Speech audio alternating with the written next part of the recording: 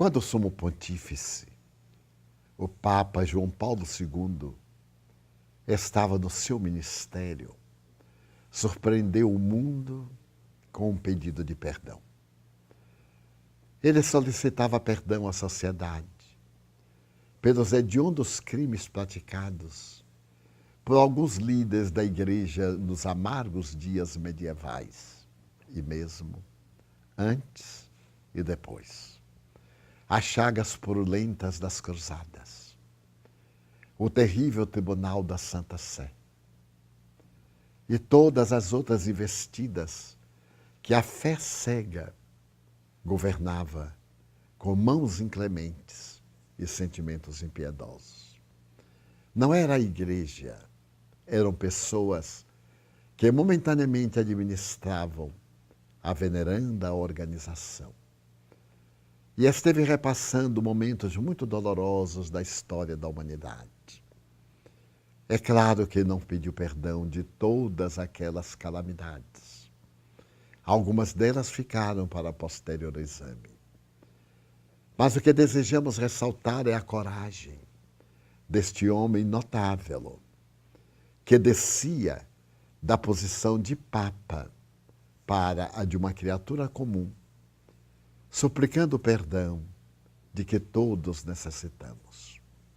Posteriormente, depois de ter sido vítima do crime, que por pouco não lhe roubou a vida, ele novamente surpreendeu o mundo, visitando a prisão Regina Shelley para perdoar àquele jovem fanático que, em plena praça de São Pedro, desejou extinguir-lhe a vida.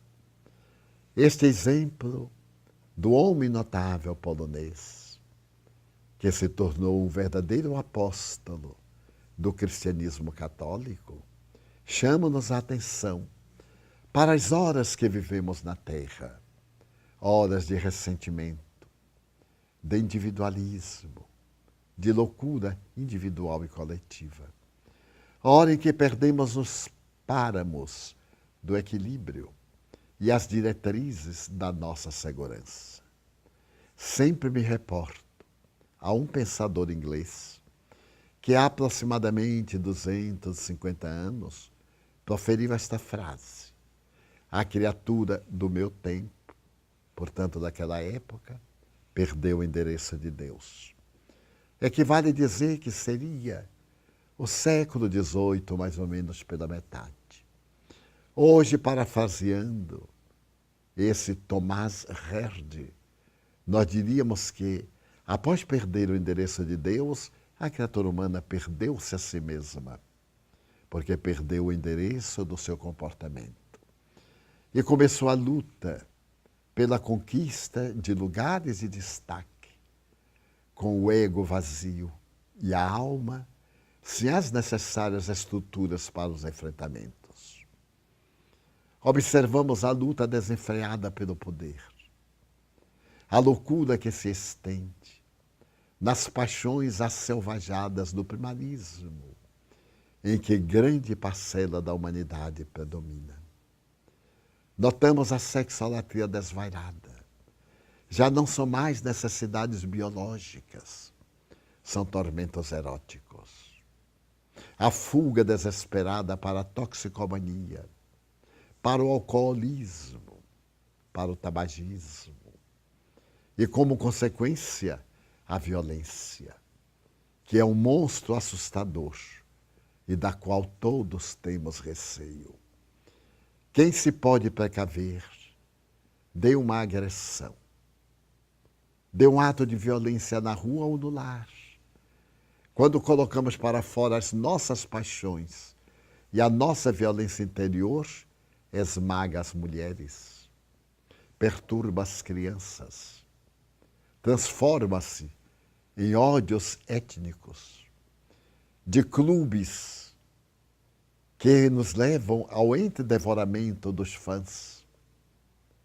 E ao lado desses tormentos, nas vias públicas, em as nações, como vem ocorrendo nesses dias tumultuosos, em que o mundo estertora ante as ameaças fanáticas do denominado Estado muçulmano.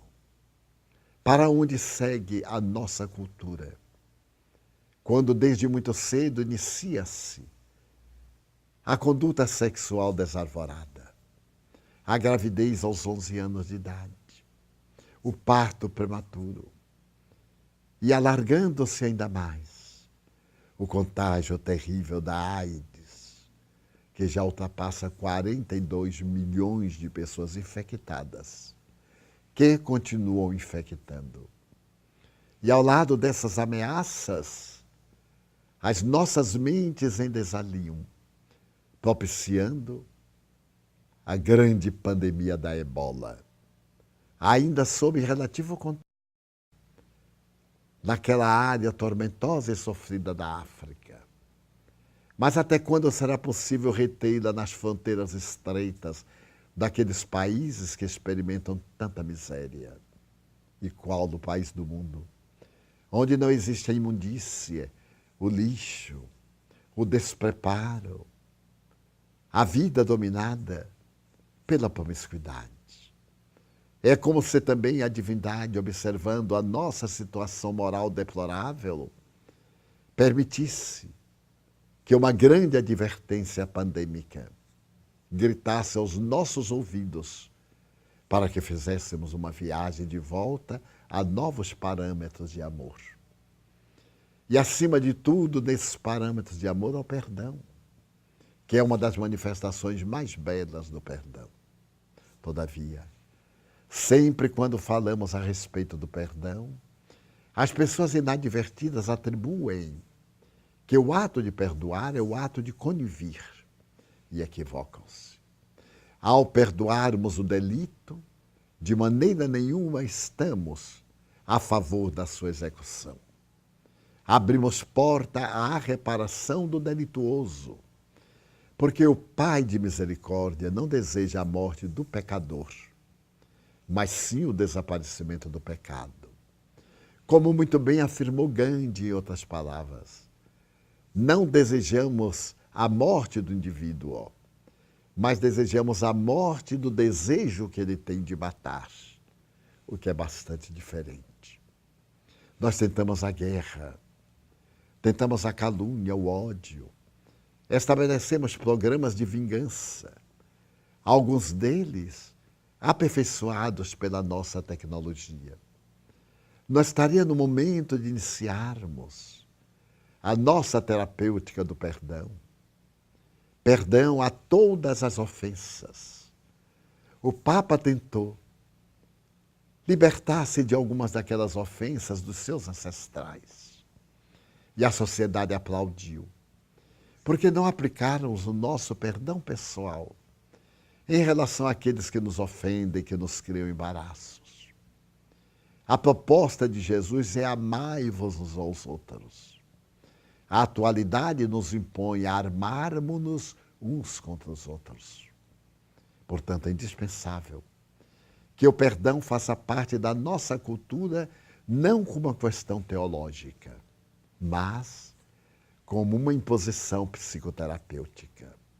Porque aquele que perdão produz nos neurônios cerebrais ondas de fótons que aglutinam as moléculas, enquanto o sentimento do ódio e do rancor, as manifestações do primitivismo, fazem que os nossos neurônios eliminem ondas semelhantes ao elétron, que destroem as estruturas atômicas do ser que estamos.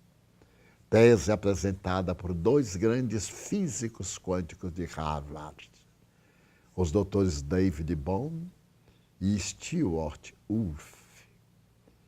Então está chegando o momento de nós pararmos um pouco nessa onda avassaladora que nos empurra sempre para a frente, sem tempo de reflexionar, sem tempo de parar, sem tempo de deter-nos a meditar em respeito dos acontecimentos, para pensarmos na possibilidade do perdão.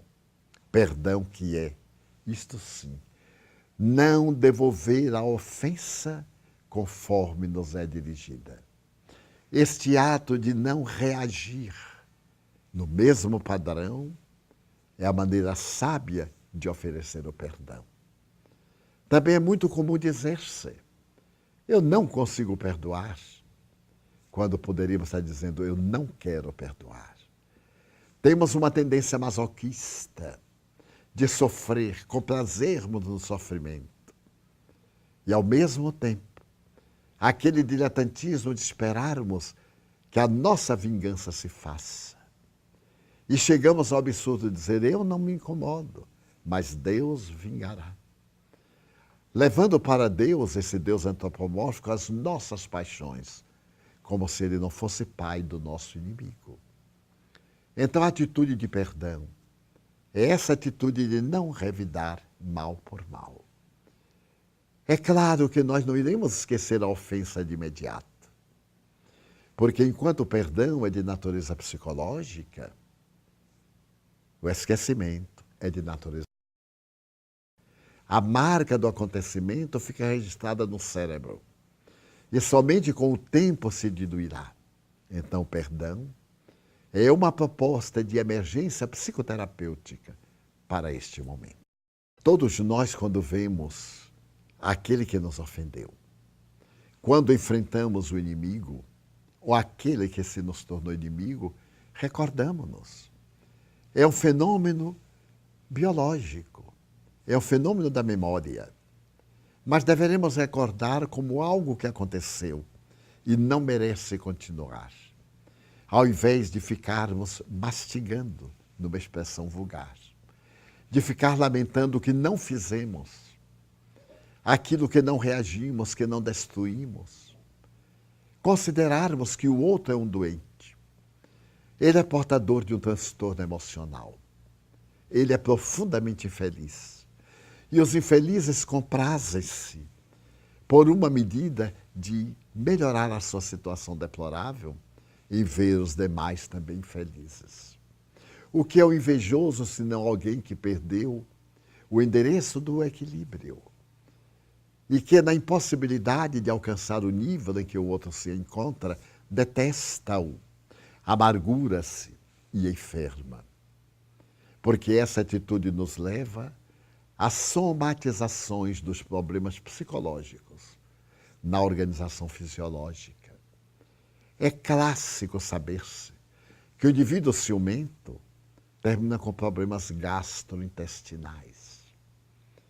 O indivíduo que tem ódio passa a ter problemas respiratórios.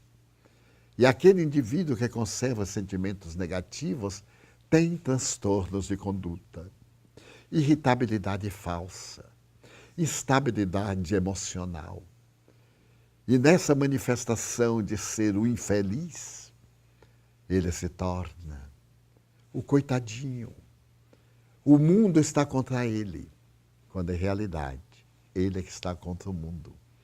Porque não desejando, não podendo avançar, mantém-se na retaguarda armado contra todas as possibilidades de uma vida iridescente de sol, de oportunidades de encantamento e de trabalho, de alto humor e geração, e mesmo de alegrias e prazeres, porque os prazeres fazem parte do nosso mundo sensorial. A felicidade, as aspirações da arte, do belo, do bom, do nobre, do espiritual, sim, essas fazem parte dos objetivos essenciais da nossa vida. Afirmava Jung, o pai da psicologia analítica, que uma existência que não tem um significado psicológico é uma existência vazia, morta, insignificante. O indivíduo que não tem uma meta pela qual lutar, no bom sentido da palavra, não vive, ele vegeta. E da mesma maneira, nós vamos observar que enquanto estamos com o ideal abraçado até o ideal do mal, nós temos vitalidade, descargas de adrenalina, descargas de cortisol.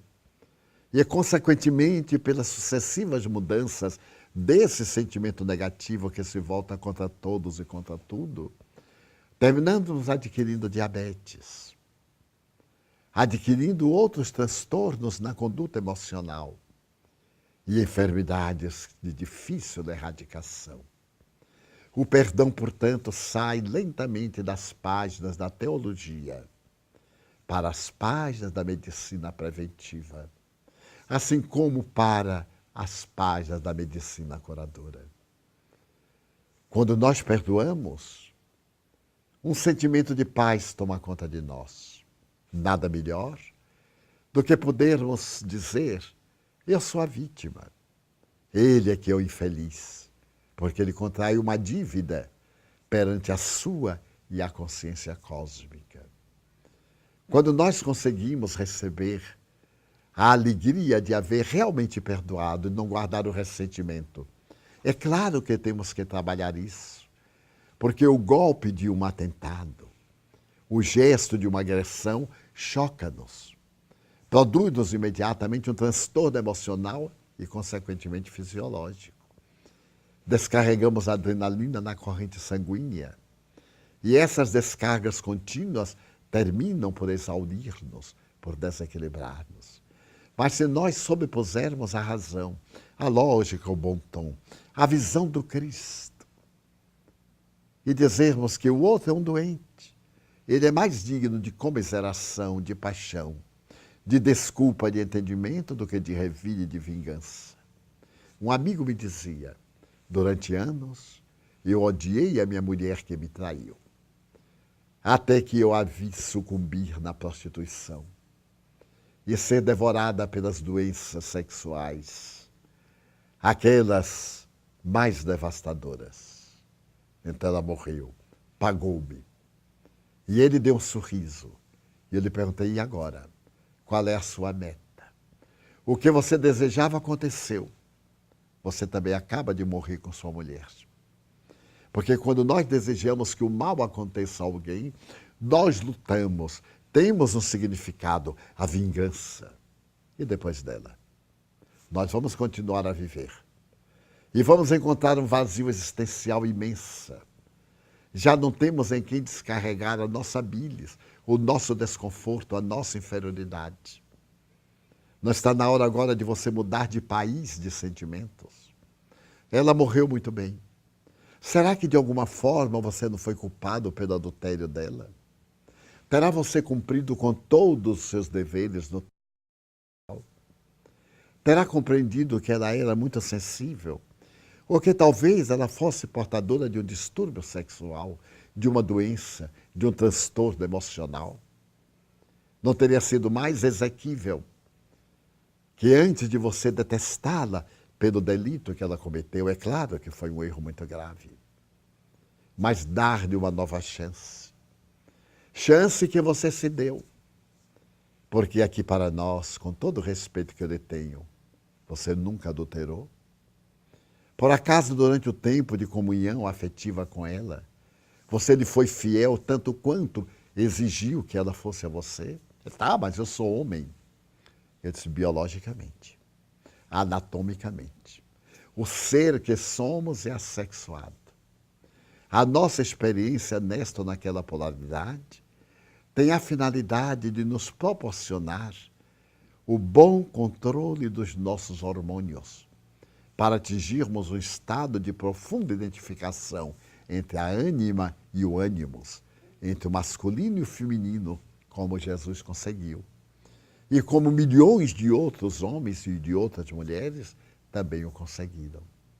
Comece agora a pensar no perdão a você mesmo, pelo crime hediondo que você praticou contra a sua mulher. Facilitar-lhe o delito e odiá-la. E vangloriar-se agora do seu desar, do seu desequilíbrio, de sua morte infamante. Ela está resgatando, mas você está contraindo o débito. Então pense bem nisso. Veja quanto você está em transtorno emocional, trêmulo, nervoso, agitado. Será que vale a pena esse estado de agitação?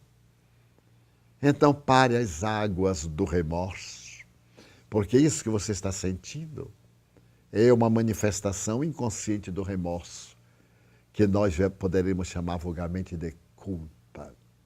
Você também foi culpado pela decadência dela, porque a reprimiu, a perseguiu, a odiou. e vibrou para que ela descesse a rampa, para ter o prazer de vê-la infeliz. Recomece agora. Diante da mulher adúltera, Jesus deu-lhe uma nova chance. Não permitiu que a apedrejassem, porque todos eram portadores de culpas. Todos tinham pecados. Mas também não anuiu que ela voltasse a ter uma vida insensata. Sugeriu-lhe que não voltasse a equivocar-se. Comece agora novamente a sua estrada de autorreabilitação. Lembre-se de quanto a amou nos primórdios, de quantas alegrias ela lhe proporcionou, como também você a ela. E seja agora o autor da sua remuneração íntima, a conquista da paz. Somente haverá paz quando você mudar de estrutura do seu pensamento de rancor. Comece agora a perdoar-se. Você é jovem, tem 50 e poucos anos. Um dia que fosse, seria bastante para poder reprogramar a sua vida e para poder exercitar-se realmente na ciência e na arte da compaixão, da misericórdia, do perdão e do amor. Notei que os seus olhos nublaram-se de lágrimas. Ele tomou das minhas mãos e as suas mãos estavam frias, suarentas. Começou a chorar. E me disse: a minha grande dor é porque ela foi a única mulher a quem eu amei. Eu digo: mude a postura do verbo. A única mulher a quem você ainda ama. Hoje com a amargura, mas em realidade com o sentimento de plenitude que ela lhe proporcionou. Por ser uma alma querida que veio aos seus braços, para que você pudesse ajudar a libertar-se do velho vício, do hábito doentio, do sexo gratuito e desorientado. Comece, portanto, a história do seu perdão. Necessitamos indiscutivelmente de auto-perdoar-nos. Somos criaturas humanas em processo de libertação das heranças ancestrais para a conquista da angelitude. E nesse processo de autoiluminação predominam os hábitos doentios. Observe quanto é difícil libertar-se da mentira, a mentira branca, essa mentira quase insignificante, mas com a qual nós nos habituamos de tal forma que somos incapazes de narrar um fato com a sua legitimidade, porque a nossa imaginação exacerbada logo altera-o e coloca-o dentro da nossa forma de como gostaríamos que houvesse acontecido, mas não de como aconteceu. Então nós temos hábitos muito arraigados. O nosso processo antropológico está carregado de instinto. Esse instinto que preserva a vida, que é agressivo, que primeiro agride porque tem medo de ser agredido. É natural, portanto, que a nossa razão, a nossa lógica funcione muito bem. Porém, com os remanescentes do instinto, do ego, que sempre tem direcionado os nossos braços.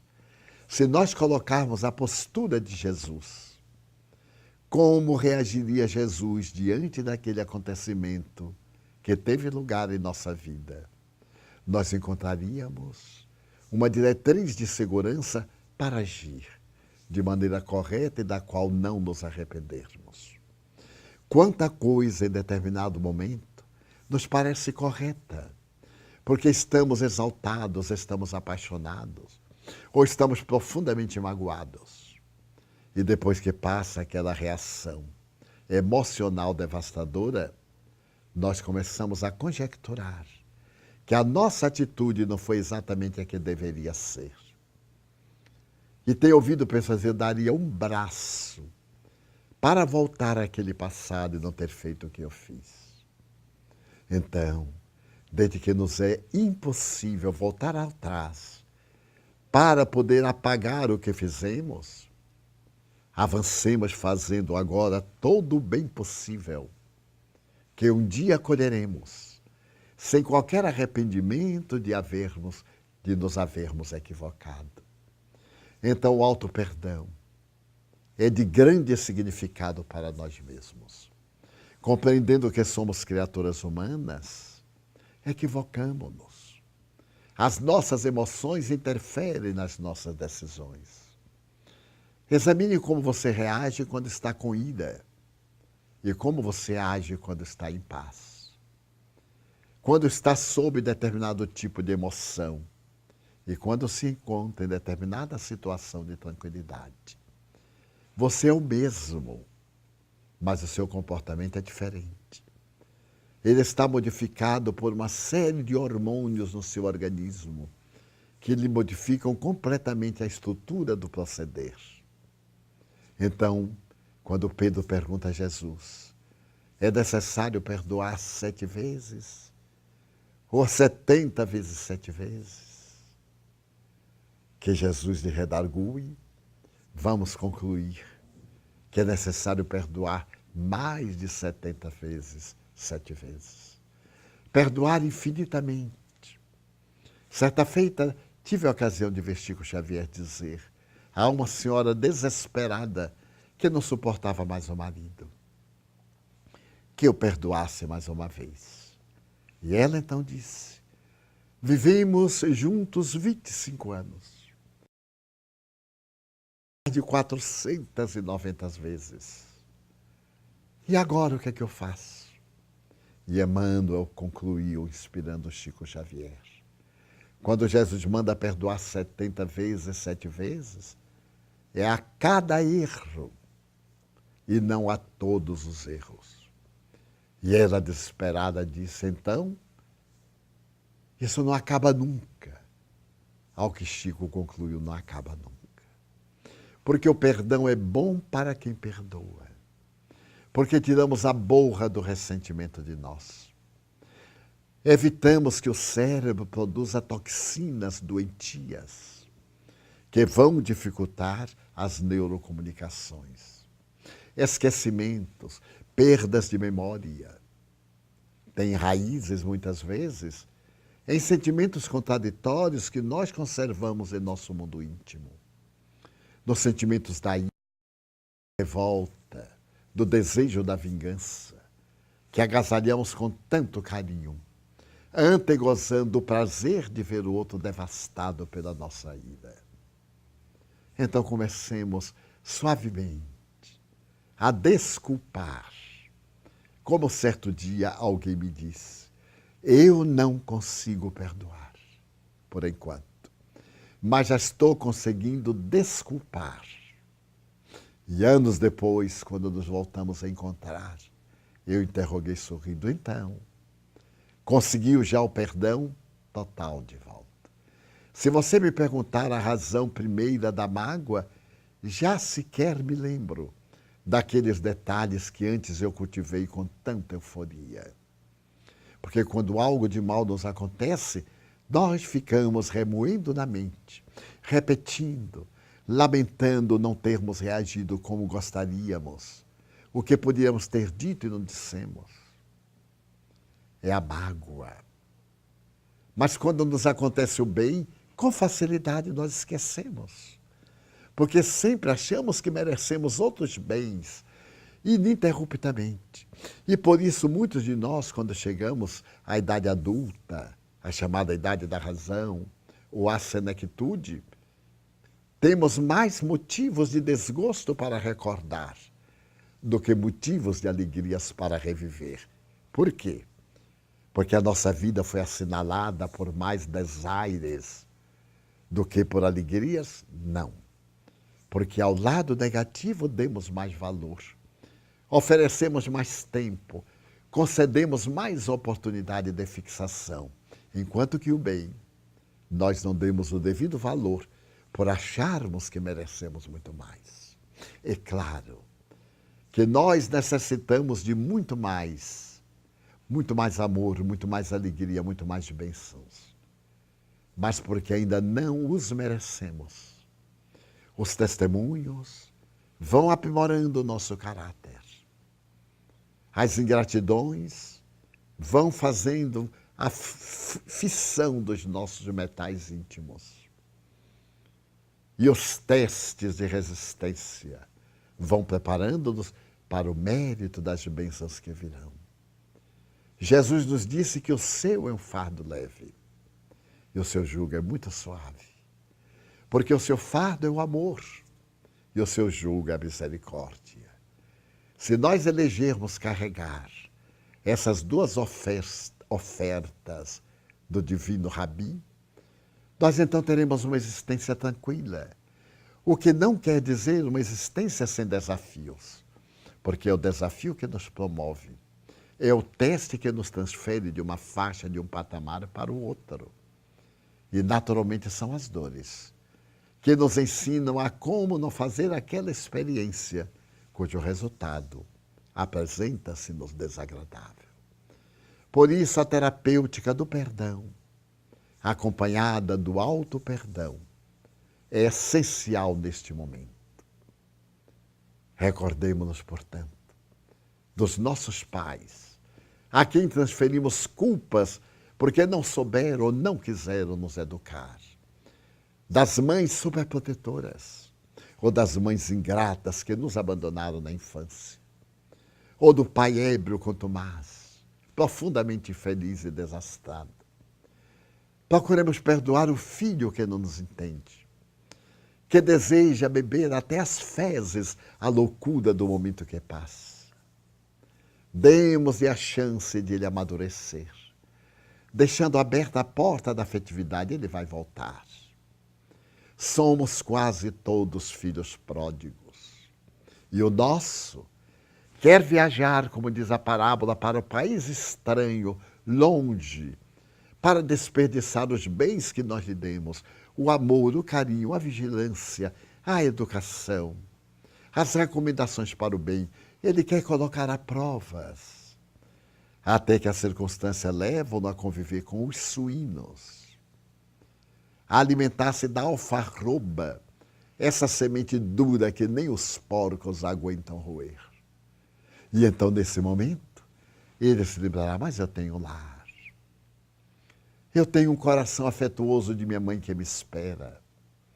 Eu tenho um pai que foi enérgico, que a essa altura deve ter me perdoado. E então ele voltará. Desta forma, não impeçamos os nossos filhos de viverem a sua vida. Não nos culpemos por não havermos contribuído para o seu êxito. A vida escreve, e todos lemos as páginas da nossa vida nos livros que nós próprios escrevemos. Perdoemo-nos, perdoemos os amigos ingratos. Um dia eles se darão conta. Outros farão com eles aquilo que eles conosco fizeram. Por isso, é de emergência, não mais de urgência.